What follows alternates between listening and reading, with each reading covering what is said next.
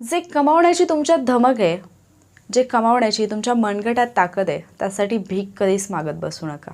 उठा आणि कामाला लागा. तुम्हाला जे हवं आहे ते तुम्ही स्वतःच्या हिमतीवरती नक्कीच मिळवून दाखवाल. हॅलो वॉरियर्स, मी सुप्रिया आणि तुम्ही पाहत आहात वॉरियर ऑफिसर एज्युकेशनल चॅनल. फक्त लढण्याची नव्हे, जिंकण्याची तयारी.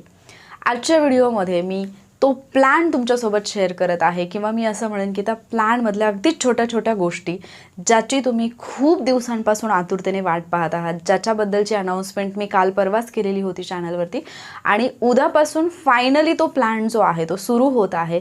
तर ॲक्च्युली तुम्हाला कुठल्या गोष्टी करायच्या आहेत, किंवा तुम्हाला जर 2023मधली एक्झाम क्वालिफाय करायची असेल, जर ती एक्झाम क्रॅक करून तुम्हाला पोस्ट मिळवायची असेल, तर अगदी छोट्या छोट्या गोष्टी आहेत ज्यांची काळजी तुम्हाला घ्यायची आहे. फक्त प्लॅन दिला आणि तो फॉलो करायचा म्हणून करायचा नाही आहे, तो प्रॉपरली तुम्हाला फॉलो करायचा आहे, ज्याच्याने तुम्हाला जास्तीत जास्त आउटपुट मिळेल, तुमचा स्कोर वाढेल. फक्त असं नाही की अभ्यास झाला आहे, पाठ तर झालं आहे, सगळं पुस्तक लक्षात आहे, पण एक्झाममध्ये येत नाही आहे, असं नाही. अगदी सुरुवातीपासूनच आपण रीडिंग असेल, रिव्हिजन असेल, त्याचबरोबर प्रॅक्टिस असेल, आयोगाचे पेपर्स असेल, या प्रत्येक गोष्टीची काळजी यावेळी घेणार आहोत.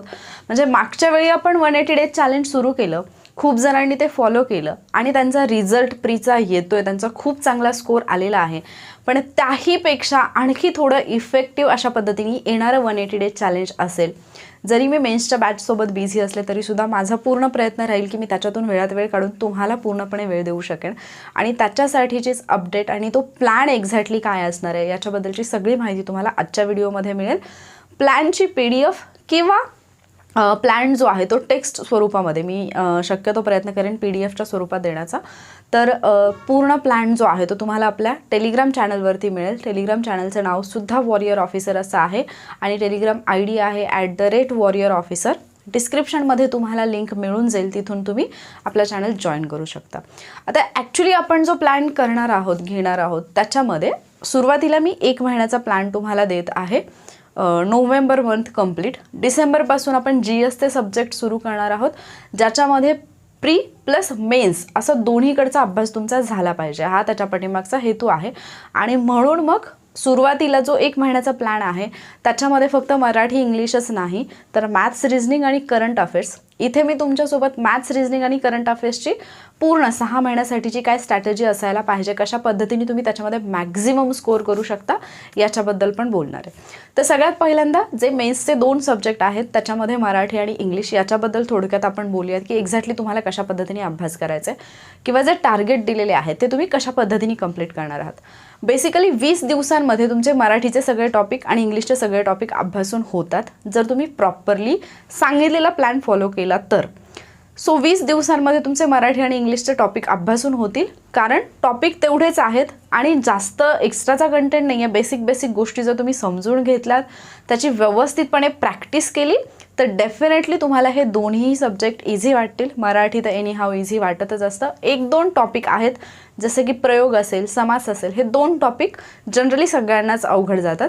इंग्लिशमध्ये सुद्धा डिग्री असेल किंवा चेंज द व्हॉइस असेल, आणि reported speech, direct indirect speech, हे थोडंसं स्टुडंट्सना अवघड जातं. बाकी अदरवाईज सगळ्या इझी गोष्टी आहेत. सो जे मी तुम्हाला ऑलरेडी 180 डेजचा जो इंट्रोडक्टरी व्हिडिओ होता त्याच्यामध्ये जे मी तुम्हाला सांगितलं की तुम्ही मराठीचा चॅप्टर रीड कराल, देन तुम्ही इंग्लिशचा रीड कराल, असं केलं तर तुम्हाला ते थोडंसं इझी होऊन जाईल. तर त्याच पद्धतीने टाईम टेबलमध्ये टॉपिक तुम्हाला मराठी इंग्लिशचे दिलेले असतील. सो आपण या मंथमध्ये मराठीचा पूर्ण सिलेबस आणि इंग्लिशचा पूर्ण सिलेबस करणार आहोत. बऱ्याच जणांना असं वाटेल की अरे नाही, म्हणजे जे कोणी बॅचेस घेतात किंवा क्लासेस करतात त्यांना असं वाटतं की असं कसं होईल की एवढ्या दिवसात सिलेबस होतोय. तुम्ही ट्राय तर करा, तुम्ही प्रयत्न करा. अरे काहीही होऊ शकतं. माणूस चंद्रावरती जाऊन पोहोचला, माणूस आता यान मंगळावरती पाठवतोय, सगळं काही जर पॉसिबल होते तर एका महिन्यात सिलेबस कंप्लीट करणं होत नाही असं तर होऊच नाही शकत. ठीक आहे, इथं फार क्षुल्लक गोष्ट आणि ती 100% तुम्हाला जमेल. फक्त थोडंसं स्वतःला पुश करायचं आहे, आणि काही गोष्टींची काळजी तुम्हाला घ्यायची. एक तर कन्सिस्टन्सी तुम्हाला मेंटेन करायची. काहीही झालं, भूकंप आला काय किंवा धरती फाटली काय, जमीन फाटली काय, तुम्हाला तुमचा प्लॅन फॉलो करणं सोडायचं नाही. हे जर तुम्हाला खरंच 6 महिने टिकवता आलं ना, मी आज गॅरंटी देते, खात्री देते की तुम्ही 100% एप्रिलमध्ये होणारी कंबाईनची एक्झाम जी ग्रुप बी आणि सीसाठी कंबाईन असेल ती तुम्ही 100% क्वालिफाय कराल. आणि ज्या पद्धतीने तुम्ही 180 डेज चॅलेंज फॉलो करताय, मेन्सची सुद्धा तुमची तयारी होते, त्यामुळे डेफिनेटली तुम्ही पहिला अटेम्प्ट तुमचा असेल किंवा हा कितवाही अटेम्प्ट असेल तरी या अटेम्प्टमध्ये तुमची पोस्ट निघेल. फक्त जे मी सांगते आणि जे इथे दिलं आहे ते प्रॉपरली फॉलो करा. लक्षात घ्या, तुम्हाला स्ट्रॅटजीचे 1000 व्हिडिओज मिळतील, तुम्हाला स्टडी प्लॅनिंगचे 1000 व्हिडिओज मिळतील, पण तुम्हाला असं कुठेही मिळणार नाही जिथे तुमचा प्रत्येक दिवस प्लॅन करून दिलेला असेल, तोही कम्प्लिटली फ्री. की तुम्ही आज काय वाचायचं आहे, उद्या काय वाचायचं आणि ते कशा पद्धतीने वाचायचं आहे, त्याची प्रॅक्टिस कशी करायची, हे तुम्हाला कुठेही मिळणार नाही आहे. इथे ते फ्रीमध्ये मिळतं आहे, तर त्याचा पुरेपूर लाभ घ्या. फक्त फ्रीमध्ये आहे म्हणून त्याच्या क्वालिटीवरती डाऊट नका करू, कारण जेवढं पेडसाठी मेहनत घ्यावी लागते तेवढीच मेहनत याच्यासाठी घ्यावी लागते. फरक इतकाच असतो की तिथून काहीतरी इन्कम असतं, इथून काहीच नसतं, फक्त इथे एक समाधान आहे म्हणून हे सगळं तुमच्यासोबत शेअर करते. तर मराठीचा संपूर्ण सिलेबस, इंग्लिशचा संपूर्ण सिलेबस, दिनक्रम कसा असेल, तुम्हाला जे डेली टार्गेट दिलं जाईल त्याच्यामध्ये मराठीचा एक टॉपिक असेल, इंग्लिशचा एक टॉपिक असेल, मॅथ्स रिझनिंगचा एक टॉपिक असेल आणि करंट अफेअर्स पण असेल. आता तुम्हाला प्रश्न पडला असेल की एवढं सगळं कसं करायचं. जस्ट वेट, मी सांगते तुम्हाला की कसं करायचं. दिवसाची सुरुवात शक्यतो तुम्ही मराठी ग्रामरनी करा. जरी इंग्लिश ग्रामर अवघड असेल तरीसुद्धा त्याचं रिझन म्हणजे आपण मराठी आणि इंग्लिश ग्रामर पॅरलली करणार आहोत.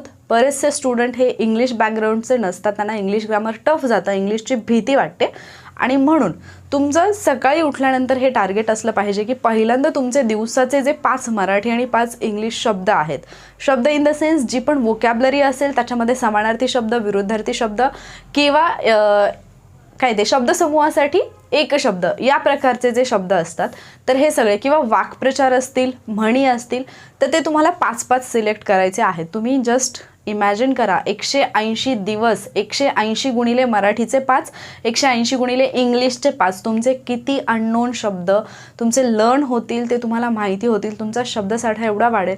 एक्झाममध्ये तुम्हाला बिलकुल टेन्शन येणार नाही की एखादा प्रश्न आला आहे वोकॅबलरीवरती आणि तुम्हाला येत नाही आहे. इंग्लिशचे मॅक्झिमम क्वेश्चन्स चुकण्याचं कारण हे असतं, एक तर टेन्स आपल्याला जमत नाहीत किंवा वोकॅबलरी आपली स्ट्रॉंग नसते.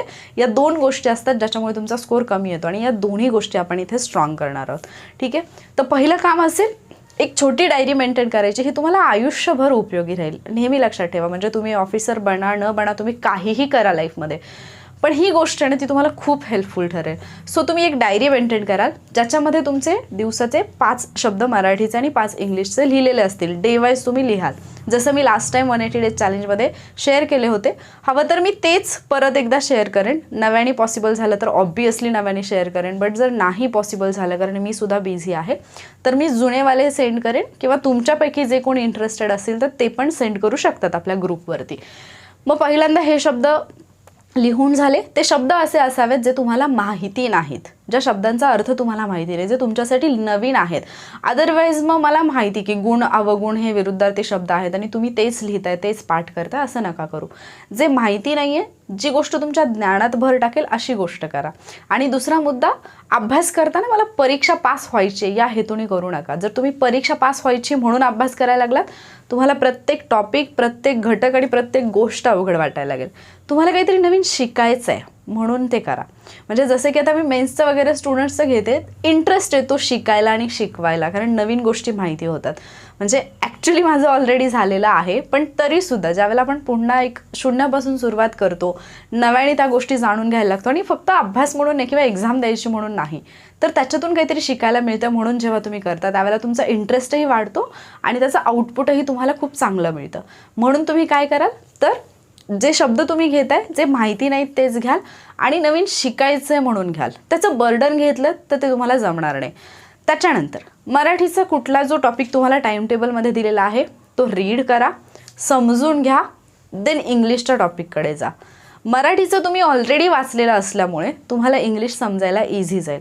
फॉर एक्झाम्पल तुम्ही नाम हा मराठीतला टॉपिक वाचलेला आहे आणि तुम्ही इंग्लिशमधल्या नाऊन टॉपिककडे गेलात तर तुम्हाला कळेल की फक्त तुम्हाला समानार्थी शब्द जे आहेत ते लक्षात ठेवायचे आहेत आणि इंग्लिशमधली काही वोकॅबलरी जी आहे ती तुम्हाला फक्त लक्षात घ्यायची. जसं की तुम्ही ॲबस्ट्रॅक्ट नाऊन, भाववाचक नाम इकडे अभ्यासलं, इकडे ॲबस्ट्रॅक्ट नाऊन अभ्यासायला लागला तर फक्त तुम्हाला काही शब्द आहेत जे नव्याने शिकायचे आहेत, आणखी तुमची वोकॅबलरी स्ट्रॉंग होते.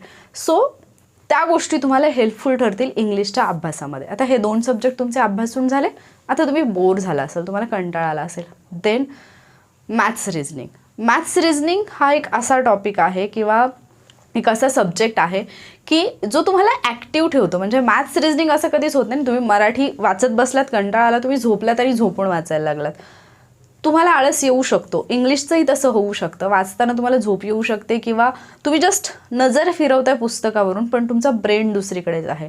पण ज्यावेळेला तुम्ही मॅथ्स रिझनिंग करता, मॅथ्स रिझनिंग वाचून अभ्यासाचा विषय नसतो. तुम्हाला पेन्सिल पेन हातात घ्यावी लागेल, नोटबुक घ्यावी लागेल आणि प्रॅक्टिस करावी लागेल. आणि ते करायला लागल्यानंतर ॲटोमॅटिकली तुमची बॉडी बिझी राहते, तुमचे ऑर्गन्स बिझी राहतात आणि तुमचा ब्रेनही बिझी राहतो आणि तो तुम्हाला परत एकदा ॲक्टिव्ह करतो. सो पहिले 2 सब्जेक्ट अभ्यासून झाल्यानंतर तुम्ही कुठे ना कुठेतरी बोर झाला असाल तर त्याच्यानंतर तुम्ही मॅथ्स रिझनिंग घ्याल. मॅथ्स रिझनिंग करताना आपण काय करत आहोत, 3 दिवसात एक टॉपिक करायचं आहे. काय आहे, सिम्पल फॉर्म्युला आहे. पहिला दिवस जरी तुम्हाला सगळं येत असेल, फॉर एक्झाम्पल कंसातली जी उदाहरणं असतात म्हणजे बेरीज वजाबाकी गुणाकार भागाकार हे करताना आपल्याला माहिती आहे की कंस असला की ते कंचे भागू वेव वगैरे ते तुम्ही केलेलं आहे सगळं, बेव हां ते तुम्ही केलेलं आहे सगळं. बट स्टील कितीही तुमचं व्यवस्थित असेल तरीसुद्धा बेसिकपासून करायचं आहे. का करायचं आहे, कारण ज्या छोट्या छोट्या चुका होतात, जिथे तुमचे मार्क्स जातात ते नाही गेले पाहिजे. यावेळेला मुलांनी मॅथ्स रिझनिंगमध्ये 15पैकी 14 मार्क्ससुद्धा घेतलेले आहेत. बरेच जण म्हणतात की अवघड होतं, नाही जमत. खूप बेसिक गोष्टी होत्या, ज्याचं बेसिक स्ट्रॉंग आहे त्याला चान्स आहे.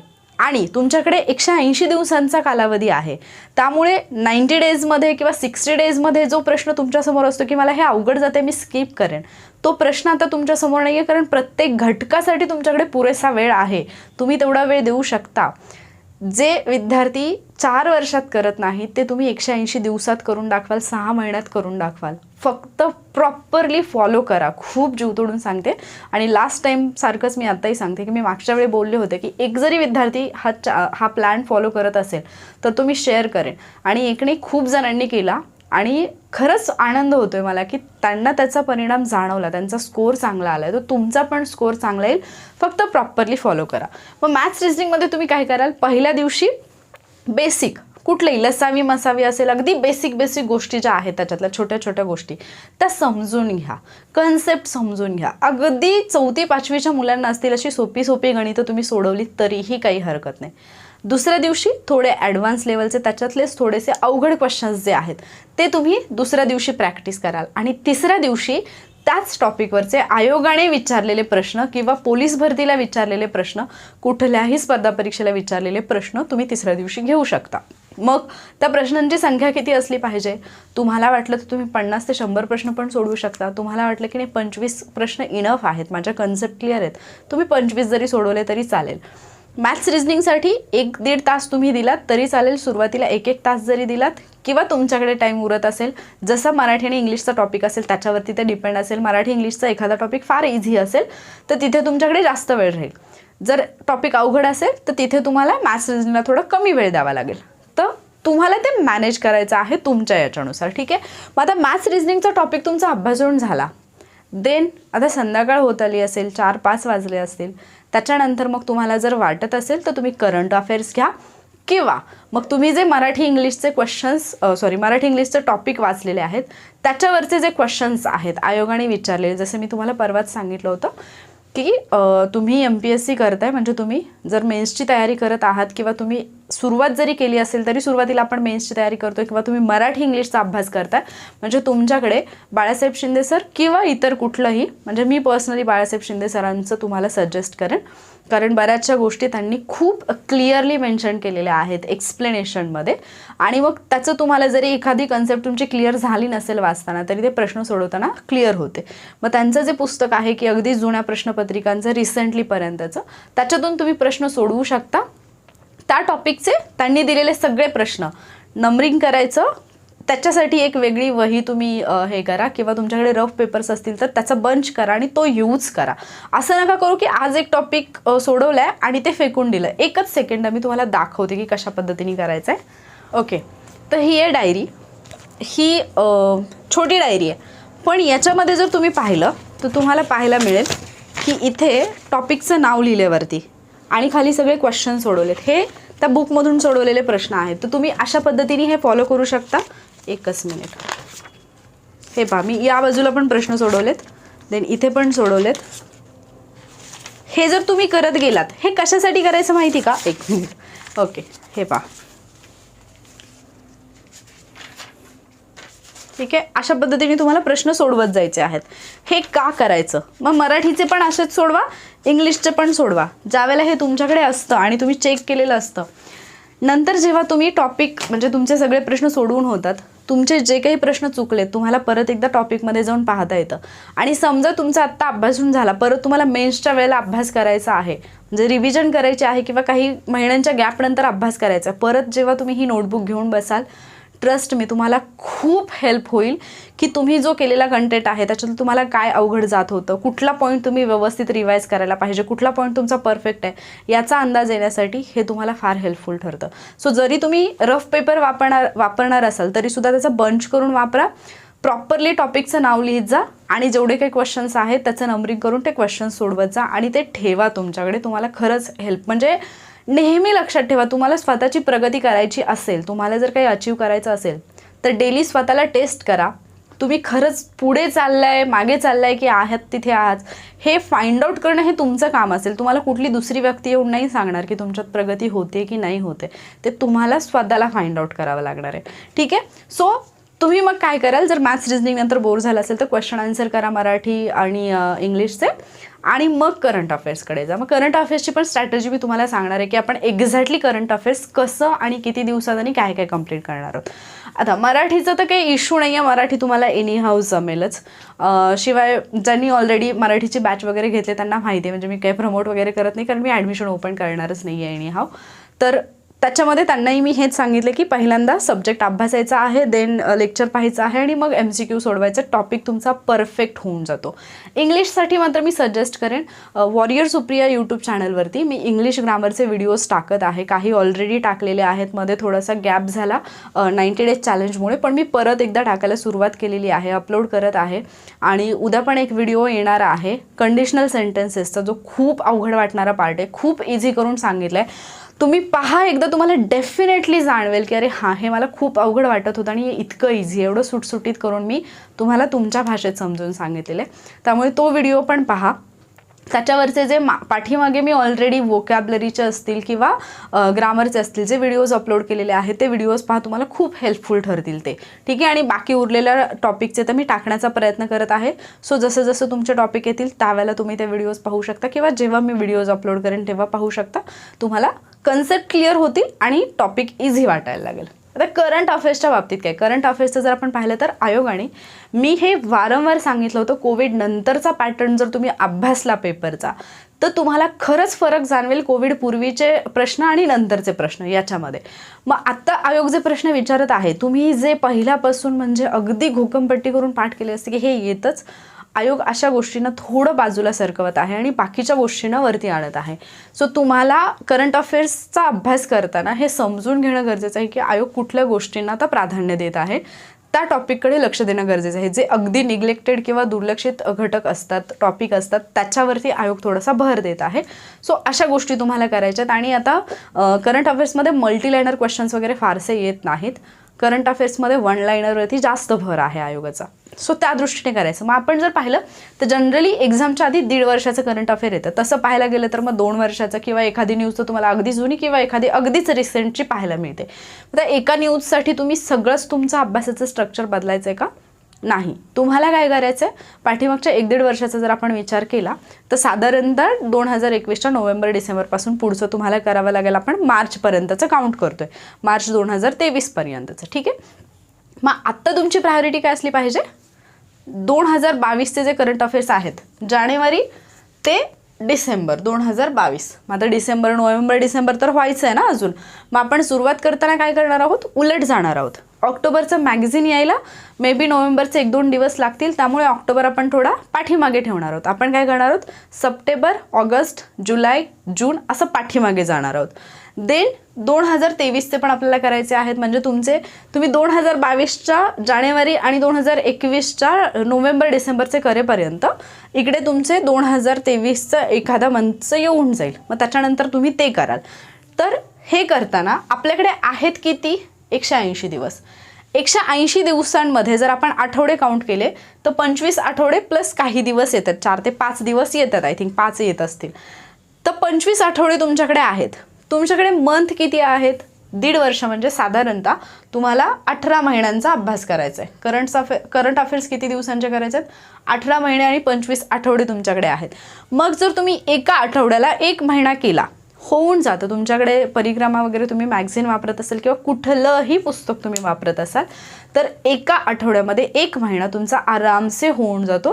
तुम्ही जर पेजेस डिवाईड करून घेतले, टॉपिक त्यातले डिवाईड करून घेतले की 2 दिवसामध्ये हा, 2 दिवसामध्ये हा, या पद्धतीने, तर 7 दिवसामध्ये एका महिन्याचे करंट अफेअर्स आरामसे होतील.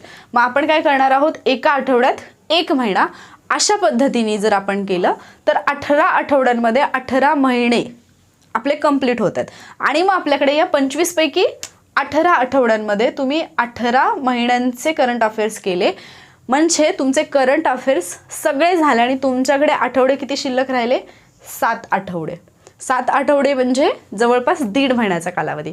या उरलेल्या 1.5 महिन्यामध्ये तुम्हाला फक्त आणि फक्त रिव्हिजन करायची आहे करंट अफेअर्सची.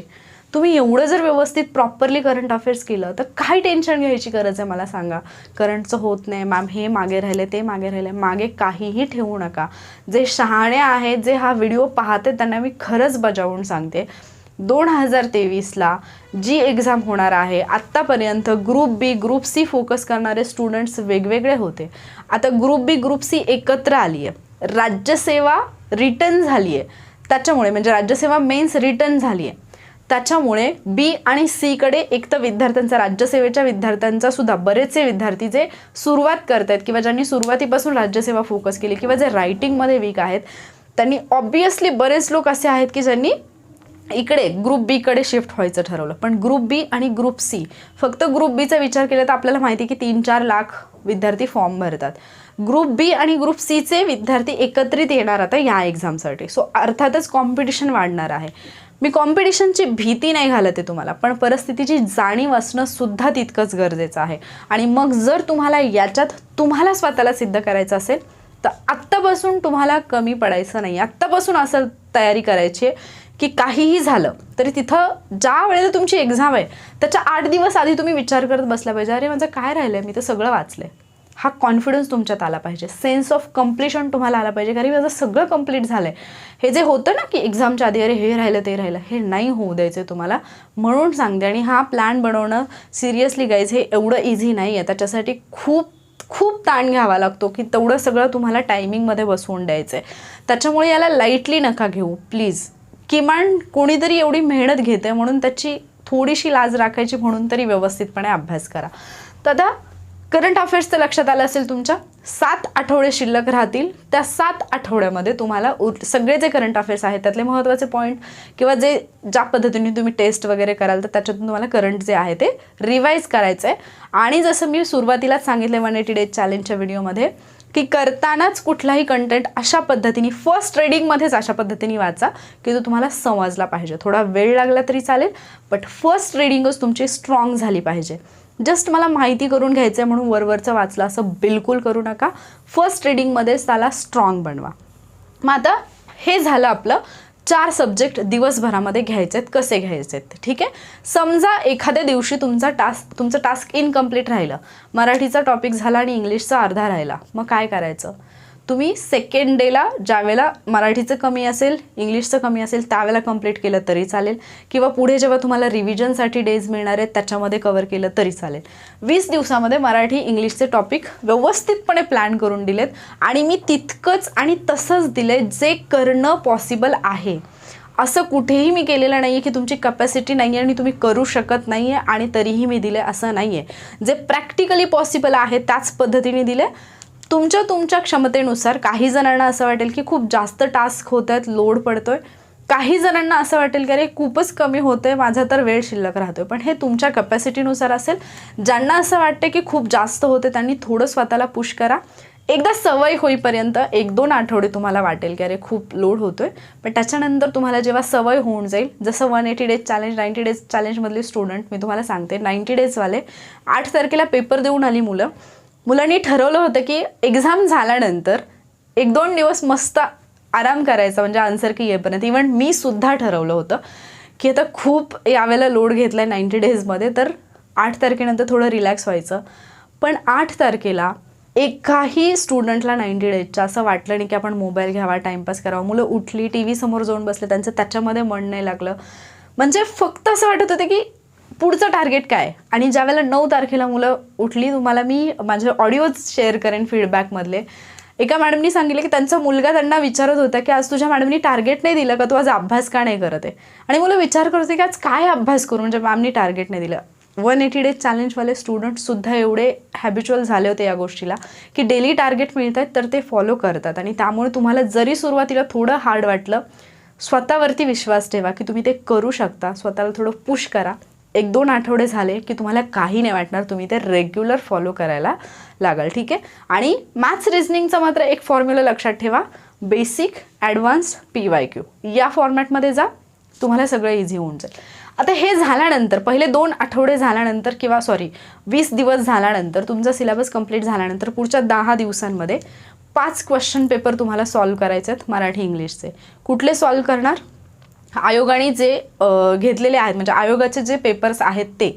मी तरी तुम्हाला पर्सनली सजेस्ट करेन की तुम्ही राज्यसेवेचे पेपर जे आहेत, मेन्सचा जो ऑब्जेक्टिव्ह असतो 50 मार्क मराठी 50 मार्क्स इंग्लिश, तो पेपर तुम्ही सॉल्व करायचा आहे. त्याचं रिझन म्हणजे जरी तुम्ही 2023च्या राज्यसेवेची तयारी करत असाल किंवा तुम्ही कंबाईनची तयारी करत असाल, दोन्ही एक्झामसाठी तो पेपर तुम्हाला जास्त हेल्पफुल राहील ॲज कम्पेअर टू ग्रुप बी और ग्रुप सी.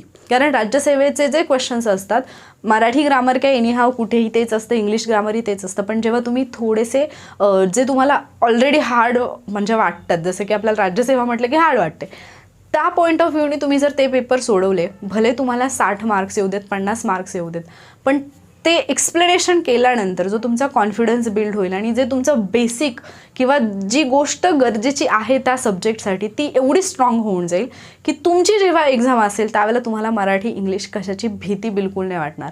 सो 5 वर्षांचे पेपर तुम्हाला त्या 10 दिवसांमध्ये सॉल्व करायचे आहेत आणि त्यांचं ॲनालिसिस करायचं आहे. त्या ॲनालिसिसमध्ये तुमचं पूर्ण सब्जेक्ट रिवाईज होऊन जाईल. पूर्ण सब्जेक्ट इन द सेन्स जे एक्झामला विचारलं जातं ते तुमचं डेफिनेटली रिवाईज होऊन जाईल.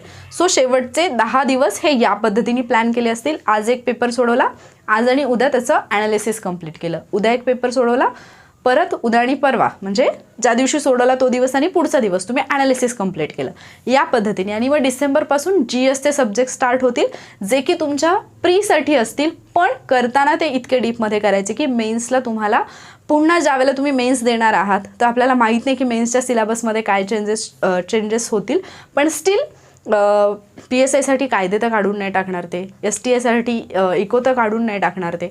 सो असा काहीतरी पार्ट असणार आहे पेपर 2मध्ये जो इतरांपेक्षा वेगळा आहे. जो कॉमनवाला आहे तो तुमचा प्रीसाठी स्ट्रॉंग करून ठेवायचा तुम्हाला, आणि मेन्ससाठी जो असेल तो मग तुमचा प्री नंतरचा जो वेळ आहे तो तुम्हाला त्याच्यासाठी देता यावा. इतके स्ट्रॉंग तुम्हाला बाकीचे सब्जेक्ट इथे करायचे आहेत. म्हणजे जर तुम्ही प्रीलाच इतिहास असेल, राज्यघटना असेल, भूगोल असेल स्ट्रॉंग करून घेतलं तर ज्यावेळेला तुम्ही मेन्स देणार आहात त्यावेळेला तुम्ही फक्त त्या सब्जेक्टवरती कॉन्सन्ट्रेट करू शकाल जो सेपरेट आहे, जो तुमच्यासाठी नवीन आहे.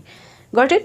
आता काय करायचं आहे, उद्यापासून जो प्लॅन सुरू होईल, मराठी वाचा सकाळी, नंतर इंग्लिश वाचा, लेक्चर पहा आपले, त्याच्यानंतर तुम्ही काय कराल, मॅथ्स रिझनिंग घ्या, त्याच्यानंतर जर कॅपॅसिटी असेल तर करंट अफेअर्स वाचा किंवा मग मराठी इंग्लिशचे क्वेश्चन सॉल्व करा, देन करंट अफेअर्स वाचा. तुमचा दिवस झाला. ठीक आहे. नेक्स्ट डेला काय करायचं आहे हे तुमच्याकडे ऑलरेडी तुम्हाला सेंड केलेलं असेल टार्गेट, ते रात्री झोपतानाच बघून ठेवा की उद्या तुम्हाला काय करायचं आहे. त्यांनी काय होतं की सकाळी उठल्यानंतर हा प्रश्न नाही आहे डोक्यात की मी काय करू. मराठी इंग्लिश वोकॅबलरी डेली बेसिसवरती तुम्हाला करायची आहे. मॅथ्स रिजनिंग प्रॅक्टिस तुमची डेली होणार आहे. करंट अफेअर्स तुमचं डेली होणार आहे. जर तुम्हाला असं वाटत असेल की माझं करंट अफेअर्स मला 7 दिवस नाही लागत आहे एका महिन्यासाठी, म्हणजे 5 दिवसात होत आहे, तर तुम्ही असंही करू शकता की 5 दिवसामध्ये करा, उरलेल्या 2 दिवसात तुम्ही त्याची रिव्हिजन करा. जसं तुम्हाला कम्फर्टेबल वाटेल तसं. मॅमनी सांगितले म्हणून तसंच केलं पाहिजे असं बिलकुल नाही आहे. माझा फक्त हा हेतू आहे की तुमचा सिलेबस व्यवस्थितपणे कंप्लीट झाला पाहिजे. तुम्हाला एक सेन्स ऑफ कम्प्लिशन किंवा एक सॅटिस्फॅक्शन मिळालं पाहिजे की अरे हा माझा अभ्यास झाला आहे आणि मी जो अभ्यास केला आहे ते मला येते. म्हणजे तुम्ही मराठी इंग्लिश आत्ता अभ्यासलत आणि सोडून दिलं, तुम्ही नंतर GS ते सब्जेक्ट केले, तुम्ही प्री दिली आणि मेन्सला तुम्ही परत मराठी इंग्लिश घेतलं, तुम्हाला कसं कळणार की मी जे अभ्यासले ते मला येते की नाही येत. सो पहिल्या दिवसापासून सुरुवातीपासूनच तुम्हाला ही सवय असली पाहिजे की तुम्ही क्वेश्चन आन्सर सॉल्व्ह करताय. तुम्ही एक्झाम जी तुम्हाला द्यायची आहे, एक्झॅक्टली एक्झामच्या दिवशी जे करायचं त्याची तयारी तुम्ही सुरुवातीपासूनच करताय. वॉरियर्स, मी खरंच खूप जीव तोडून सांगते, तुम्हाला जर हे प्रॉपरली फॉलो करता आलं ना, खरंच तुम्ही जो स्टुडंट हे प्रॉपरली फॉलो करेल ना, त्याला देवसुद्धा नापास नाही करू शकत, कोणीच त्याला नापास नाही करू शकत. फक्त तुम्हाला हे प्रॉपरली फॉलो करता आलं पाहिजे. आणि याचा एक्सपिरियन्स आहे स्टुडंटना म्हणून मी तुम्हाला सांगते, हे प्रॅक्टिकली पॉसिबल आहे म्हणून मी सांगते. बाकी याच्या पाठीमागे कुठलाही हेतू नाही. आणि तुमचा ज्या दिवशी रिझल्ट येईल, कारण तुम्ही पाहिलं असेल 90 डेजमध्ये पोस्टमॅनचा जॉब करत तुम्हाला वाटत असेल की अरे आत्ता कुठे एवढी कामं असतात. जे त्या फील्डमध्ये असतात, जो माणूस ते काम करतो त्यालाच माहिती असतं की त्याच्यामध्ये प्रेशर काय असतं किंवा त्याच्या रिस्पॉन्सिबिलिटीज काय आहेत. कोणीतरी शेती करत शेताला पाणी देत, शेतातली बाकीची कामं करत सुद्धा अगदी 55+ स्कोर घेतं आहे. जस्ट इमॅजिन करा, तुम्हाला जर हे प्रॉपरली फॉलो करता आलं तर तुमचंसुद्धा नाव त्या लिस्टमध्ये असेल, तुमचासुद्धा असाच फीडबॅक मला ग्रुपवरती पाहायला मिळेल. मी बिलकुल म्हणत नाही की याचं श्रेय तुम्ही मला द्या किंवा काय. तुम्हाला जर फॉलो करता आलं, तुमचा रिझल्ट आला, तुम्ही ऑफिसर झालात, इनफ आहे. तुम्ही म्हणूसुद्धा नका की आम्ही मॅडमचा प्लॅन फॉलो केला होता, किंवा तुम्ही कधी नावही घेऊ नका वॉरियर ऑफिसरचं, मला त्याची अपेक्षाही नाही आहे. पण तुम्ही तुमच्या लाईफमध्ये काहीतरी करून दाखवा. म्हणजे मला बरेच जण म्हणतात की मॅम तुम्हाला हे नाही जमत, मार्केटिंग नाही जमत, तुम्हाला म्हणजे तुमच्याकडे अजून ॲडमिशन येतील, तुम्ही इकडे जाहिरात द्या तिकडे. तुम्ही आत्तापर्यंत पाहिलं असेल मी कुठलंही चॅलेंज घेतलं, मी कधीही कुठेही त्याची जाहिरातबाजी नाही केली. पण मी 180 डेज चॅलेंजच्या बाबतीत तुम्हाला एवढं नक्की सांगेन की हे कम्प्लिटली फ्री आहे. त्याच्यामुळे हा प्लॅन तुम्ही बाकीच्यांसोबत डेफिनेटली शेअर करा, त्यांना याचा खूप फायदा होईल. आणि जे स्टुडंट मला टेलिग्रामवरती मेसेज करून सांगतात की मॅम मी खेडेगावात राहतो, मी पुण्याला गेलो आणि मग पुण्यामधलं वातावरण बघून मला खूप स्टुडंटचे असे मेसेज येतात की ते परत गावाला गेले, ते तिथे थांबले नाही. त्यांना मात्र मी रिक्वेस्ट करेन, जे पण ग्रामीण भागात राहतात, जे पण खेडेगावात राहतात, ज्यांना सगळ्या सुविधा नाही किंवा ज्यांची परिस्थिती नाही आहे, जे शहरात राहत असतील पण परिस्थिती नाही आहे की ते जाऊन कुठला तरी क्लास वगैरे करतील, त्यांनी प्लीज हे स्वतः करण्याचा प्रयत्न करा. जे टॉपिक अवघड जातात त्याच्याबद्दल तुम्ही 100% ग्रुपवरती मला सांगू शकता. मला जसं पॉसिबल होईल, जेव्हा वेळ मिळेल तेव्हा मी ते व्हिडिओज तुम्हाला प्रोव्हाइड करून देण्याचा प्रयत्न करेन. पण प्लीज ट्राय करा. आणि जे तुम्हाला खूप अवघड वाटतात ना, त्या टॉपिकची लिस्ट नेहमी सोबत ठेवा की जे तुम्हाला फार अवघड जातं, किंवा एखाद्या टॉपिकमधला एखादा पॉईंट असेल जो तुम्हाला अवघड जातो. मी कधीतरी तुम्हाला असं डेफिनेटली विचारेन की कुठला टॉपिक आहे का असा ज्याच्यावरती तुम्हाला वाटते मी व्हिडिओ बनवावा, आणि तुम्ही मला सांगितलं, आय प्रॉमिस यू की कितीही टफ वाटणारा टॉपिक असेल तरी तो इझी करून मी तुम्हाला सांगेन. 90 डेजमधल्या स्टुडंट्सना हा खूप चांगला अनुभव आहे. म्हणजे अक्षरशः मुलं एवढी रिक्वेस्ट करत होती की मॅम प्लीज लेक्चरचा ॲक्सेस द्या. पण मला माहिती आहे की तुम्हाला वाईट सवयी जर लागल्या की हां मिळतंय ना तर हे नाही करायचं. तुम्हाला जे टार्गेट सांगितलं याला मी चॅलेंज का म्हणते, बाकीचे लोक काही म्हणतात त्यांच्या, पण मी याला चॅलेंजच का म्हणते, कारण हे कम्प्लीट करणं इट्स अ चॅलेंज. हे एवढं इझी नाही आहे. ज्याला जमलं करायला तो 100% जिंकला, ज्याला नाही जमलं, ज्याने मधून सोडून दिलं त्याचं काहीच नाही होऊ शकत. ठीक आहे. सो तुम्हाला कळल्या असतील गोष्टी. प्लॅन कुठे मिळणार आहे, बरेच जण कन्फ्यूज आहेत. आपला टेलिग्रामला चॅनल आहे वॉरियर ऑफिसर, त्याचा ID आहे @warrior officer. तुम्हाला लिंक जी आहे टेलिग्राम चॅनलची ती या व्हिडिओच्या डिस्क्रिप्शनमध्ये सुद्धा मिळून जाईल. ठीक आहे. तर तुम्ही काय कराल, डिस्क्रिप्शनमधून पण चॅनल डिरेक्टली जॉईन करू शकता. तिथे तुम्हाला सगळे डिटेल्स मिळतील, प्लॅन पण मिळून जाईल तुम्हाला. आणि इंग्लिशसाठी तुम्ही वॉरियर सुप्रिया या चॅनलला व्हिजिट करू शकता. या व्हिडिओनंतर जाऊन व्हिजिट केलं तरी चालेल. एखादं लेक्चर पहा. जर तुम्हाला वाटलं की मॅमची लँग्वेज मला समजते, इझी आहे, तर तुम्ही तिथले इंग्लिशचे व्हिडिओज पहा. जर तुम्हाला वाटलं की नाही यार मला यांचं नाही समजत आहे, मला दुसऱ्या कोणाचं तरी समजतं, तर तुम्ही ते फॉलो करा. असं नाही आहे की म्हणजे मॅमनी प्लॅन दिला आहे म्हणून प्रत्येक गोष्ट मॅडमकडून शिकली पाहिजे. असं होऊ शकतं की माझी एखादी गोष्ट तुम्हाला नाही समजत आहे, ती तुम्हाला दुसऱ्या कोणीतरी शिकवलेली बेटर समजते, तर तुम्ही ते फॉलो करा. तुमच्यासाठी इम्पॉर्टंट काय आहे, तुमचा फायदा कशात आहे, तुमचं कशातून प्रगती होऊ शकते, तुमचा स्कोअर कशातून वाढू शकतो, याच्यावरती फोकस करा. ठीक आहे, कोणाला दुसऱ्याला मोठं करायचं आहे किंवा हां रे मॅमनी फ्रीमध्ये दिलं आहे मग तुम्ही मॅमशी खूप आता इमोशनली कनेक्ट झालेले आहात किंवा तुम्ही 90 डेजमध्ये होतात आणि मग आपलं एवढं छान बॉन्डिंग झालं आहे म्हणून केवळ मॅमनी सांगितलं किंवा मॅमनी अपलोड केला व्हिडिओ म्हणून पाहायचं असं नका करू. तुमच्यासाठी इम्पॉर्टंट काय, तुमच्या प्रायोरिटीज डिसाईड करा. हे मी माझ्या कुठलंही चॅनल असू देत किंवा वॉरियर ऑफिसर असू दे, जे तुमच्यासाठी इम्पॉर्टंट आहे तेच पहा. इवन मी स्टुडंटना सांगते, वॉरियर ऑफिसरचे सुद्धा खूप सगळे स्टुडंट आहेत, चॅलेंजमधले स्टुडंट आहेत, एखादा व्हिडिओ त्यांच्यासाठी नसेल ना तर मी त्यांना स्पष्टपणे सांगते की हा व्हिडिओ नका पाहू, हा तुमच्यासाठी नाही आहे, तुम्ही याच्यामध्ये वेळ नका घालू. आणि तसंच मी ऑनेस्टली तुम्हाला सांगते, म्हणजे केवळ इकडे व्ह्यूज यावेत म्हणून नाही, पण सिरियसली तुमच्यासाठी जे इम्पॉर्टंट आहे ते तुम्हाला समजणं गरजेचं आहे. मला आशा आहे की मी जे काही एवढा वेळ तुम्हाला सांगितलं आहे ते तुमच्या डोक्यात घुसलं असेल, कारण खूप मेहनत लागते वॉरियर्स हा प्लॅन तुमच्यापर्यंत घेऊन येण्यासाठी. ती कन्सिस्टन्सी मेंटेन करणं हे सगळ्यात जास्त हार्ड असतं, कारण जसं तुमचं एक आयुष्य आहे तसं माझंही एक आयुष्य आहे. जसं तुमचा कधीतरी ब्रेक पडू शकतो, म्हणजे गॅप पडू शकतो, तसा माझाही पडू शकतो, पण मी तो पडू नाही देत, कारण तुम्ही कुठेतरी त्या आशेवरती बसलेले असतात की मॅम टार्गेट सेंड करतील. ठीक आहे, सो आपण जर हे सुरू केले तर जेवढ्या जोशमध्ये हे सुरू केले, जसं एप्रिलमध्ये सुरू केलेलं 8 ऑक्टोबरपर्यंत आपण त्याच जोशमध्ये ते केलं होतं, तसंच आत्ता नोव्हेंबरमध्ये सुरू केले, एप्रिलपर्यंत आपल्याला त्याच जोशमध्ये हे कंप्लीट करायचं आहे आणि एप्रिलमधली एक्झाम तुम्हाला क्रॅक करायची आहे. जर तुम्हाला हा प्लॅन आवडला असेल, मी हे जे काही सांगितलं ते तुमच्या बुद्धीला पटलं असेल तर व्हिडिओला लाईक करा आणि हा कमेंटमध्ये नक्की सांगा तुम्हाला काय वाटलं ते. त्याचबरोबर मी पुन्हा एकदा सांगेन की जास्तीत जास्त तुमचे जे असे फ्रेंड्स असतील ज्यांना पॉसिबल नाही आहे क्लासेस वगैरे करणं किंवा ज्यांना समजत नाही एक्झॅक्टली स्टडी कसा करावा, त्यांच्यासोबत हा प्लॅन शेअर करा, कारण लेट जे जॉईन होतात त्यांचं खरंच सुरुवातीचं बराचसा पार्ट गेल्यामुळे त्यांचं नुकसान होतं, ते होऊ नये म्हणून सांगते.